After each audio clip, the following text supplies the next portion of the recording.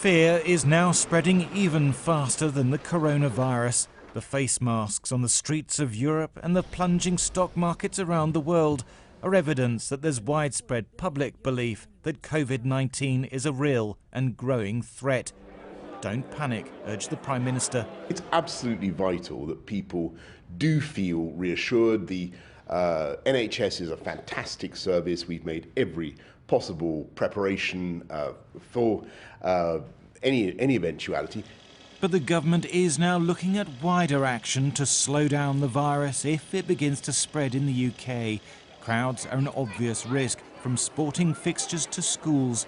The Chief Medical Officer said tough decisions will need to be made with potential impact on everyday life. Everybody knows that the kinds of things you consider are reducing mass gatherings, school closures, which may or may not be appropriate for this particular virus. We don't know yet. We need to find that out. But we have to look at all of them and say, how likely are they to work? And what's our evidence base here? What's the social cost of this? Because one of the things that's really clear with this virus, much more so than flu, is anything we do, we're going to have to do for quite a long period of time, probably more than 2 months.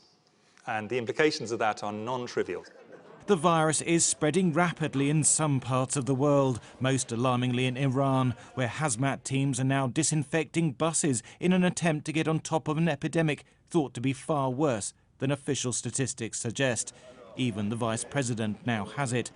The head of the World Health Organization called for calm. This is not a time for fear. This is a time for taking action now to prevent infections and save lives. People could be worried, and rightly so.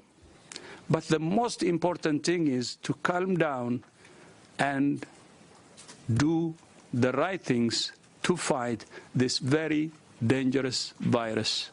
The WHO says the world is at a decisive point. If countries fail to contain the virus, it will spread rapidly. Thomas Moore, Sky News.